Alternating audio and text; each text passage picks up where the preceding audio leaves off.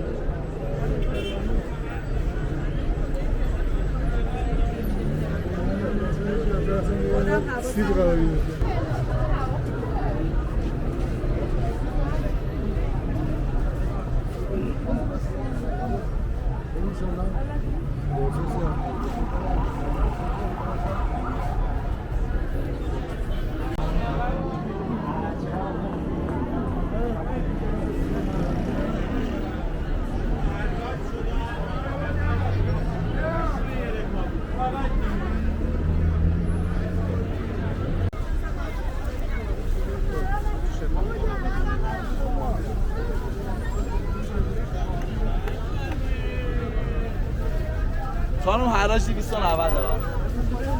یعنی چی؟ کی دادی به من؟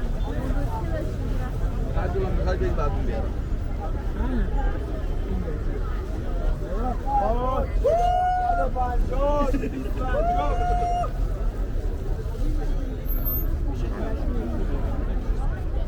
خدا بیان یاد شده از 150 تا 250 پدیده بهتره. خودم دارم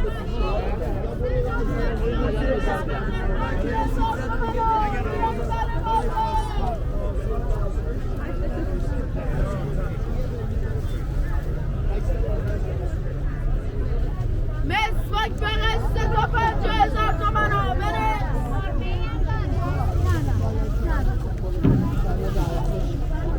بریم خیلی خوشگل. آره دست درد نکنه. خانم بیا برس رو میز ببر، بیا برس رو میز ببر. حراجه سایز بزرگ خانم بیا رو میز حراجه، بیا شما رو چی میز کنید؟ ببر حراجه زیتون بیا. نخواستی؟ چرا؟ سرمه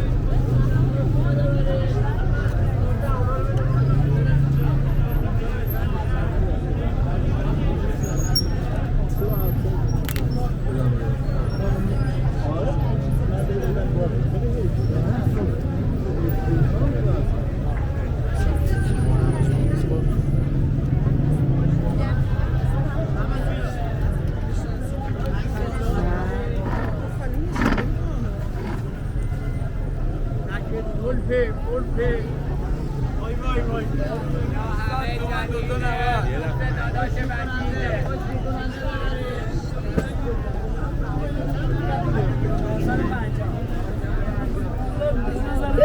شیمیایی باشه